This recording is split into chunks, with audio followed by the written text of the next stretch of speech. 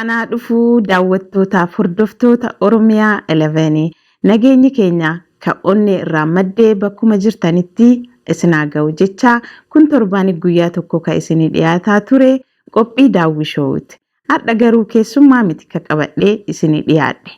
Akkuma nu hordofaa turtan sagantaa aadaa Oromiyaa kutaa 11 keessummaa isinii dhiyeessaa turuun kiyya ni yaadatama. Turtii hanga ammaa wajjin turre keessatti aadaa Oromoo kutaa 11 irratti fuulleffannee dhiyeessaa turreerra. Sagantaan kun ji'a 3 fi osoo walirraa hin citin sagantaa darbaa ture. Kanadhaa siizina keenya akka tokkoffaa cufiinsa irratti yaadaaf gaafii daawwattoota irraa nu dhaqqabe deebisuu irratti fuulleffanneerra. Turtii siizina tokkoffaa keessatti maal hojjanneerra, maal akka irraa barree fi maaltu nu qunname waan jedhu irraa dubbannaa nafaana tura.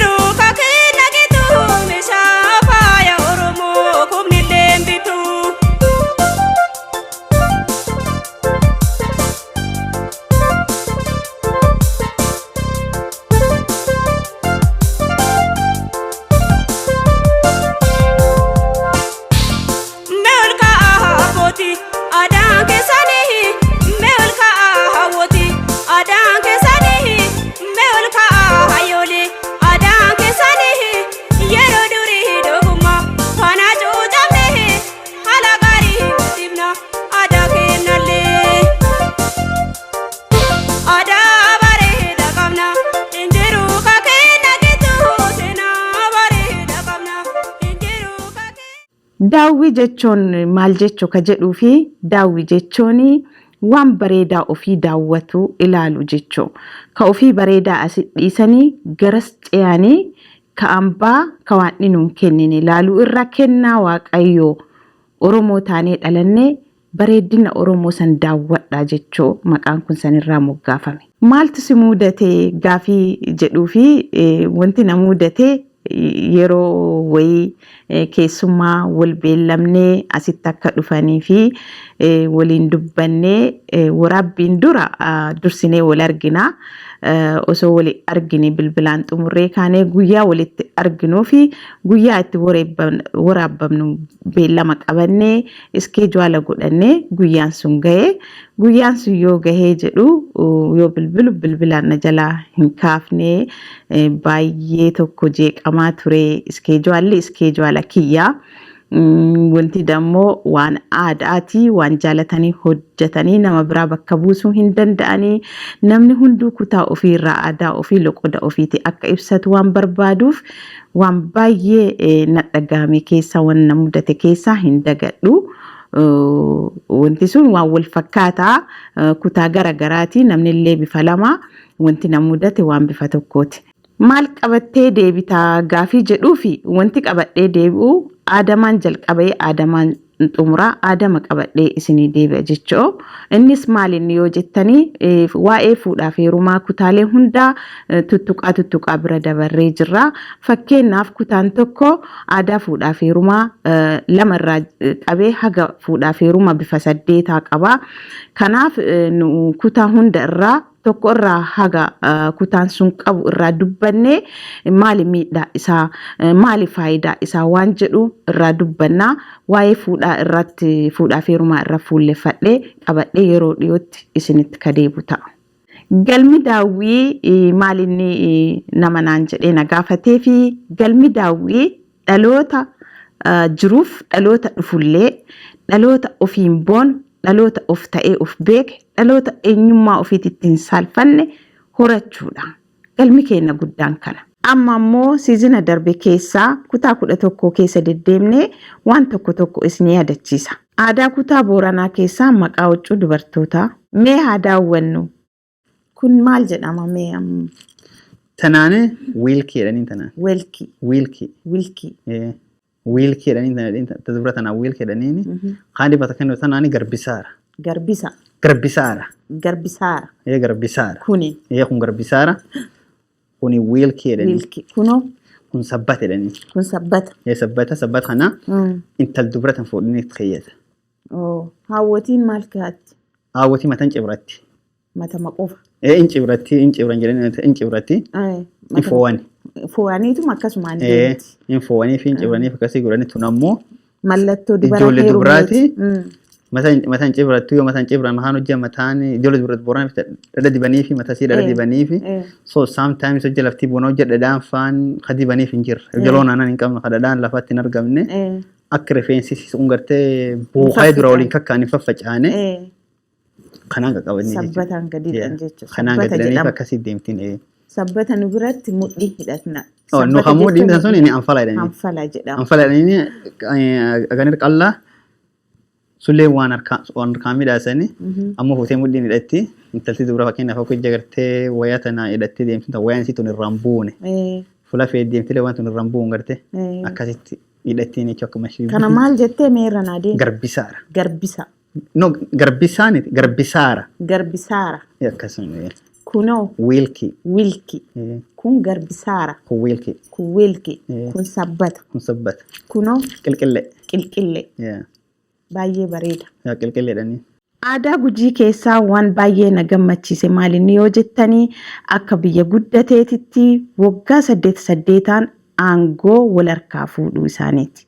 Gujii keessatti baallii kennuun gadaan raafee. Baallii irraa fuudhuuf walii kennuun kan ta'e aanechuu. Gujii gadaa tokko baallii 5 balbala 7 hagana 9 jedhanii. Baallii 5 jechuun gadaan tokkuma baallii 5 jechuun ka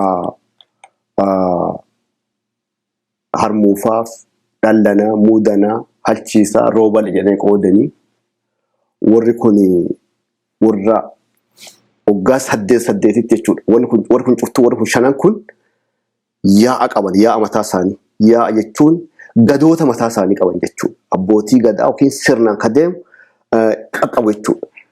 Guruuppii sanatti waggaa 8 walirraa fuudha. Amma fakkeenyaaf ka amma irra jiru kun halchiisi moo roobalee? Halchiisatti irra jira. Halchiisirraa roobaleetu. Ka gaafa gaddaa kenne sun dhallana. Ka duraan kenne kun jechuudha. Dhallana kenne amma achiin du'a roobale kenne jechuudha. Kanaan duuba amma dhufee fuudhu kun roobale jechuudha. Eenyu harkaa fuudha? Halchiisa harkaa fuudha. Halchiisiin harka waggaa 8. 8. Waggaa 8 halchiisi yoo bulcheen booda roobalee fuudha. Kun cufti isaan kun cufti guruuppiidha jechuudha. Guruuppiin kun yaa'a halchiisaa, yaa'a roobalee, yaa'a muudanaa, yaa'a halchiisaa, muudanaa, dhallanaa, roobalee, harmuuf. Roobaleen booda harmuufa jira. Gogeessaan siin kenne akka isaan kantu duraan akka duubaan siin kenne maqaa isaanii jiru kana akkanaan gogeessa kana walirraa fuudhu jechuudha isaan. Duuba kun cufti onni isaanii qaba jechuudha. Isteejii isaanii guddina isaanii qaban jechuudha. Guddina jechuun akka waan gireediiti. Gireedii namni tokko jalqaba yoo dhalatu gara isteejii yookiin sadarkaa gadaatti deemee guddachuu fi sulluuda ta'aa, galmee ta'aa, achiin qarree ta'aa, achiin qarree irraa immoo raaba ta'aa, qarree duraatiif qarreelleen qarree duraatiif qarree duubaatti jira. Raaba ta'aa, doorii ta'aa, achiin immoo hin gadooma jechuudha. Kutaa Wallaggaa keessaa Gindoo Booree waan jedhamu tokko. Gaafa isheen mana isheetii baatee fudhatee deemuuf jedhu Gundoo Booree waan jedhamu jira. Gundoo Booreedhu gundoo hojjetamtu xinnoo jira. Gundoon sun maaliif gargaara beektaa? Akka duriitti gaa. Shaashiitii irra kaa'anii ittiin fidu jechaadha. Isuma durii barbaanna naa ibsine. Mana warra isheetitti ittiin deebisanii fidu. Kanaaf giddiitti Gindoon sun xiqqoo moo guddaa? xiqqoodha. Maaliin gargaaramte amma isiin? Maalitti hojjetan? Bakka gundoo booree jedhama waan adda biraa waan ittiin hojjetan jiran gaafi nama iddoo tokkotti garuu amma bara si'anaatti qolofaa ittiin namaa dhiyeessu. Ittiin dhiyeessan. Garuu akkas miti wanti sun inni kan gaafa sargii godhamu suni akkas miti. Isa booda fuudhi gundoo booree jedhaniiti gundicha akka godhu ijoolleen durbaa jechaadha hiriyoota ishee. Bakka yeroo inni achi deemu itti agarsiisu arrabsaa jechaadha. Gaafa inni achi as deebi'u hin dhosoorii amaamooti. Amaamotatu urkaa fuudhee deemuu qaba. Warra hiriyoonni idaayichaa jechuudha. Eeyyee. Isaantu dhufa. Hiriyoota ishee harkaa fudhachuuf. Hiriyoota ishee harkaa fudhachuuf. Miinzolii isaa faatu dhufa. Inni arrabsu bakka isaan immoo. Bakka fuutu gundoo eenyu fuudha fuutu eenyu fuudha gundoo booree jedhu. Fuudhi gundoo booree dhiiftee deemta moo fuutee deemta ree? Ittiin jedhaniitiin akka sagalee sirbaan ittiin jedhu yeroo kanatti bakka hin deebi'u waan jedhu bakka yeroo sana lolisa cimaata yoo isaan fuudhuu dadhaban garuu itti darbatu. Aadaa kutaa Walloo keessaa wanti xiqqoo addanatti ta'e waa'ee gaarayyuuti. Gaarayyuu jechuun maal jechuudha? Gaarayyoon kun eegaa jennu fakkeenya ishii waliin taphataa jechuudha. Maali taphne amma fakkeenyaaf mucattiin tana qaadhimamtee jirti kennamtee jirti abbaa manaa already eega qaadhimamtee akka qabdu hin beekama inni maali isiif? Inni jaalataa jechuudha mucayyoo sana jaalata. Osuma akka kennamtee beekamu. Akka kennamtee beekuu ishii jaalata ishii wajjin taphata jechuudha laakiin waan biraa hin darbu wasana qaba jechuudha haqa namaati. Fakkeenya maal amma gowwaa mucayyoon suni ishiin oggaanitti wal jaalatanii waliin amma friend jechuun dandeenyu girlfriend boyfriend jechuun dandeenyu maali girlfriend boyfriend yoo ta'e akka aadaa faranjii kanatti daangaa waan darbu qabu sun daangaan darban. Maal hojjeta isii wajjin? Ishii wajjin fakkeenyaaf waliin taphataa waliin dhungataa saniin haala. Suni heeyyamama jechuudha. Akka aadaatti jechuudha akka aadaatti fakkeenyaaf akkuma namaatti. Familiin sin ayyamu akka aadaatti ammoo akka naannoo sanatti waan beekamu gaarayyuun kun waan beekamuufi haala saniin haga ishiin heerumtu waliin taphate jechuudha. Aadaa kutaa Tuulamaa keessatti misirrittiin misirrichaa yookaan abbaa manaa isii guyyaa cidhaa kaballaan kabaltee qoobii irraa buttee kamatatti godhattu san. Misirroon warra kaanirraa adda ta'eetu uffatee ba'a. Ka aadaatiin. Kufiyyaan keewwata maaliif kufiyyaa irraa fudhatti ishiin booda. Dubartiin irraa fudhatti. Gaafa cidhaa san? Maaliif? Maayin seeti amma inni yeroo mana isaatii dhufu kufiyyaa keewwatee barmiqaa bareedaa isaa alangaa gumarroo qabatee sirriitti uffatee dhufa. So inseensisanii hin dhoowwu hiriyoonni ishee akka isheen fudhanne hin dhoowwu hin arrabsu faayisa. Achi oduma ishiin itti deemteeti kaballaadhaan isa rukuttee kufiyyaa fudhattee ofirra keewwatti. Misirrittiin? So kanaaf inni xinnoo ishee adda. Kanaafuu dirqama godhatee dhaqee fudhattee ofiisiitii itti fayyadamti? Achi fudhatteeti sirbaas deebiti. Kabalee fuudhee qoobii gurbitti maallagootii ishiinoo amma kootii jette. Miti kofiyyaa miti isaayyuu fudhadhee jira jechuun. Yaa baqa waan an godhu ani isa caala baay'ee gobaziidha fudhadheeraa jetti. Cimina ofii ibsiti. Cimina ishii ibsiti. Inni irraa fudhachuuf. Inni gaafa sanaa hin tuqu maaliif qe'ee warra ishii jirti miti ree qe'ee warra ishii waan jirtuuf baqa alangaasaa qabateetuma callisee deemaa. Aadaa kutaa Harargee keessaa misirroof misirritti mana addaa maqaa isaa qalama jedhu ka ijaaraniif san. Akkuma aadaatti gaa namni ni dhufanii intala tokko guu jaalatanii kadhatanii ni fuudhanii jechuudha. Eeganii haa godhanii fuudhan booda wanti godhan maali mana galfata. Mana isaatti eegalfate booda mana tokko isaan lameen qofaaf torbaan tokkoof moo baatii takka tolchan. Manni sun maqaan isaa qalama jedhama. Qalama. Miizee isiitii fi miizee isaa malee namni biraan seenu mana san. Kutaa san keessa. Isaan ammoo achi keessaa gadi hin bahanii Haga torban tokko.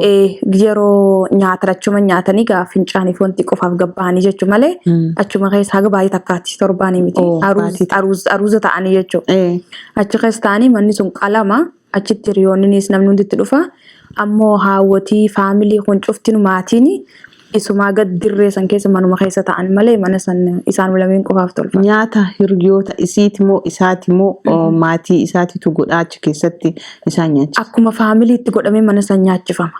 Aadaa godina Baalee irratti Soofumariif Sheek Huseen garaagarummaa isaanii irraa bare. Sheek Huseen bakka itti barsiisan. Sheek Huseen dirree Sheek Huseenitu bakka itti qaraatii yookaan immoo bakka itti amantaa itti barsiisan jechuudha. Bakka mararraa akka lakkoofsaan hin beeku akka jedhanitti nama baay'eedha. Nama baay'ee jechuun kaappaasitii saniin barsiisuu sanittiyyuu ammattiyyuu iskuulattiyyuu barsiisuu hin dandeettu. Nam tokko kaappaasitii saniin uummata baay'ee ijoollee baay'ee yookaan bakka mararraa naannoo Oromiyaa kanarraa bakka baay'ee irraa dhufaniitiin asii haga Hararrirraa jalqabanii achirratti barataniitiin hin jedhan kaappaasitii san qabaachuu sanirraa sanii rispektii san kennisiiseef jechuudha. So dandeettii agas qabaachuu isaaniiti dirree ishee kana saniif achirra riichuwal ta'aa dhufe jechuudha. Akka kiyyatti akka dhagayeetti. Ka soofmar ammoo godaa folqa san keessa galaniitiin of kennanii rabbitti achi du'aa godhatanii masgiida dhagaa irraa hojjetame jira dhoqa san keessa yoo dhayiteetiin jettu nothing you can see yookaan waan addunyaa kanarratti waan badaa si hojjechiisuun argituu jedhan. Weessanitti si galee yookaan nama wajjin biizinasii hojjettu maal jettu ta'etti du'aa godhatee jedhan. Achuma keessatti. Achuma keessatti. Aadaa kutaa Arsii irraa wanti baay'ee na dinqisiisee kiila lixu waan jedhamu tokko. Oromoo Arsii finnallee hin qabnu jedhu loonillee hin qabnu jedhu. Kiila lixuu sana xiqqoo sii tuqa. Kiila lixuu jechuun saanii dhibbaa osii dhale raaddi saanii dhibbaa si'a tokko dhalsin deebitee yoo dhalte gisee tokko yoo dhalte kiila lixani. Wanti akkasii ta'ee jiraa? Warra kiila lixa warra baay'ee jira gosa gosaan hin beekna. Kiila lixuu. Aboojilee jedhanii gammadaa roobaa jedhanii naannoo keenyatti illee kolaa soofaaroo jedhanii abaabayyuu kiyyaa. Namoota baay'ee jira maqaa dhoofni Arsii keessaa akka naannoo qofaa keenyaa sitti himaan. Warri kiila lixa baay'ee lixa.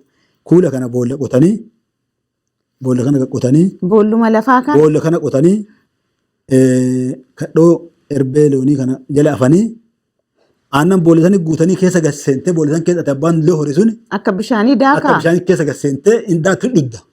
Asitti guruci gootee kiila lixa jechuu akkas. Ka'amma boolla buusan san dhuganii keessa seenanii. Keessuma seeneetti akka inni asiin bahee afaan isaa seenutu akkasi dhugu keessatti ebalu kiila lixa jechuu akkas. Aada jechuudha. Aada. Kiila horii saniin qabeenya horii sanii hagatti. Saniin beekama. Isaan beekama jechuudha. Aadaa kutaa iluu keessaa guyyaa duraan intala kadhachuuf deeman ijoollee waggaa 5 haga 7 ta'anitti bunaaf sooqiddaa waan baachisan san. Bakka cidhaa sanattis wal argu guyyaa laallatu gaa'isa halkanii sanarratti baay'een xumurani. Egaa achi booda maatii geggee itti ergata jaarsatu dhaqa jaarsi yeroo dhaqanii buna fuudhanii dhaqu soogidda fuudhanii dhaqu aadaa Oromoo Iluu Abbaa Booraatti. Waraqata irra maaltu barraa'a? Waraqata sanarratti abbaa intalaatiyyuu mucaa koo abaluu fuudha waan ga'eefi intala keessanii abaluu akka mucaa kootii naa kennitanuunis hin gaafadhaa jedheetiyyuu barreessee barreeffamni sun waraqata ergate jedhama gaa. Buna wajjin itti kennama. Buna wajjin kennama. Soogiddaa wajjin kennama. Buna sanaaf soogidda sana immoo ijoollee baattee duukaa dhaqxu jaarsa duukaa ijoollee waggaa 7 waggaa 6 ta'anii baadhee dhaqee beeka. Duruma jechuun guyyama jalqabaa baadhattee deemta. Kan wasiilan kooti yeroo haasaa dhaqanus wanti kun inuma dhaqa taraa deebi'anii dhaqanuun. Akaakaa koo duukaa kan wasiilan kooti keessaa kan isa tokko dhaqeen beeka. Aadaa kutaa Karrayyuu keessaa wanna baay'ee nama dinqu wanti an arge gaalli gosa qabaachuu isaati. Gaalli gaanu biratti kabajaa guddaa qabaa. Kana malee gaalli immoo gosallee bakka bu'a. Gosa Karrayyuullee bakka bu'a. Maaliif gosa gosaan namni martinuu gaalli martinuu sumuda qaba. Sumuda gosa hin jedhu maark yookaan agartee akka loogoo wayiiti jechuudha. So gaalli gosa gosaan gochi Karrayyuu martinuu kan gosallee mitinumaa balbalatti gadi buute. Haga balbalatti Karrayyuun gaaluma karaa deemu laaltee gaalli sun gaala abaluuti. Gaala ganda abaluutu leenjaan. So yoo badellee walii deebisanii yookaan immoo hoodiin illee salaa fuudhallee Karrayyuun kamiyyuu gaala sana karatti qabdee si deebisuu dandeessa jechuudha. Mallattoo qaba jechuun mallattoo qabaa? Mallattoo qaba. Mallattootti godhu. Gaalli yeroo xiqqoo dhalattee ilmoon gaalota dhalattee waggaasiin waggaa tokko, waggaa lama, waggaa sadii, waggaa afur, waggaasiin geessu sumudatti godhu. Sumudoo ka jennu akka waan loogoo yookaan tireed maarkii tokko itti goota jechuudha. So tireed maarkii kun hin jijjiiramu. It's forever. Kilaaniin tokko mallattoo wayiitti kaayaa. Mallattoo sun funyaan gubbaa ta'uu danda'a, gurra bira ta'uu danda'a, qaama isaa kana agartee dirra isaa kana gubbaa ta'uu danda'a, miila isaarra ta'uu danda'a, harka isaarra ta'uu danda'a. Anywhere gochi sun hin kaa'atti. Mallattoo sana hin jijjiirtu guyyaa keessa lafaa kaatee. It has been there for centuries, it will continue that way. Aadaa kutaa shanan gibee keessatti wanna baay'ee na dinqisiise haala milkii isaa itti laallatan. Gosiin cidhaa naannoo shanan gibeetti gosii shantu jira. Haasaannaa, ababbalii, butii, farda hidhaa, aseennaa jedhama. Haasaannaan kun dura mucaa fira gaafatu isee fuudhuu barbaadan. Intala baluu akkamii jedhaniitu yookaan ollaa gaafatu yookaan fira gaafatu. Egaa haala see waan see kana qoratanii booda abbaa bira dhaqu. Ammaa kanatti karakarummaa qaba. Akki duriiti fakkii ammaa karakaraa qaba. Isa duriirraan siif ibsaa jiraan. Isa duriirraan siif ibsaa jira. Dhaqanii haasa'atu. Abbaa bira deemanii abbaa isa fuudhu sanaaf jaarsolii dabalataniitu dhaqu. Gizee dhaqan mirga qabatanii dhaqu. Dhaqanii haasaannaa yookaan barcuma taa'uu jedhu. Dhaqanii abbaadhaanii hin ta'anii mucaa keessan nuu kennaa. Mucaa kootiif kennaa jedhanii abbaan gaafata. Mucaa keessan mucaa keenyaaf kennaa jedhu. Achiin booda ta'aa jedhaniitu waliin haasa'anii marihannee isiniif deebisna walitti deebina jedhanii galchu. Yeroo jarri galchan jarri lammanuu iddoo mana isa fuudhuutis iddoo isii heerumtuutis garbuu biqilfatu. Biqila biqilchu. Biqila biqilchaniitu yoo biqilli sun akka gaariitti biqile harka tokko tokkotti naqu. Kan mucaa isee durbaaf isa dhiiraa walitti naqanii biqilchu. Yoo biqilli sun tolee wanti hundi isaa akka gaariitti yoo biqile biqilli kottaa toleeraa milkiinuu toleeraa kottaa jedhaniitu walitti dhaamanii torban lama keessa walitti deebi'u. Walumaa galatti qophiin daawwii siizina tokkoffaa kana fakkaata. Yoo ilaaluu barbaaddan guutuu viidiyoo kanaa Oromiyaa 11 irratti qophii daawwii shoo yoo dhaqxan ni argattan. Ittaansee namoonni angalateeffachuu barbaadu tiimii Oromiyaa 11 fi keessummoota kiyya kawaamicha kiyya kabajanii aadaa ofii ibsachuuf istuudiyoo kiyya argaman baay'ee galatoofachuu barbaada. Kabira ammoo huccuu aadaa Oromootiin akkana kanu bareechaa ture mana gurgurtaa huccuu aadaa Oromootiif meeshaa aadaa Oromoo daawwii Oromtootaa galatoofachuu barbaada. Daawwattoota furdiftoota keenna turtii wajjin taasifne keessatti akka irraa gammaddan abdii qaba. Gaafii isin na gaafattanis haga danda'e anis deebisee jira. Siizina lammaffaatiin haga walitti deebinutti asumaan nagaatti isiniin jedha galatooma.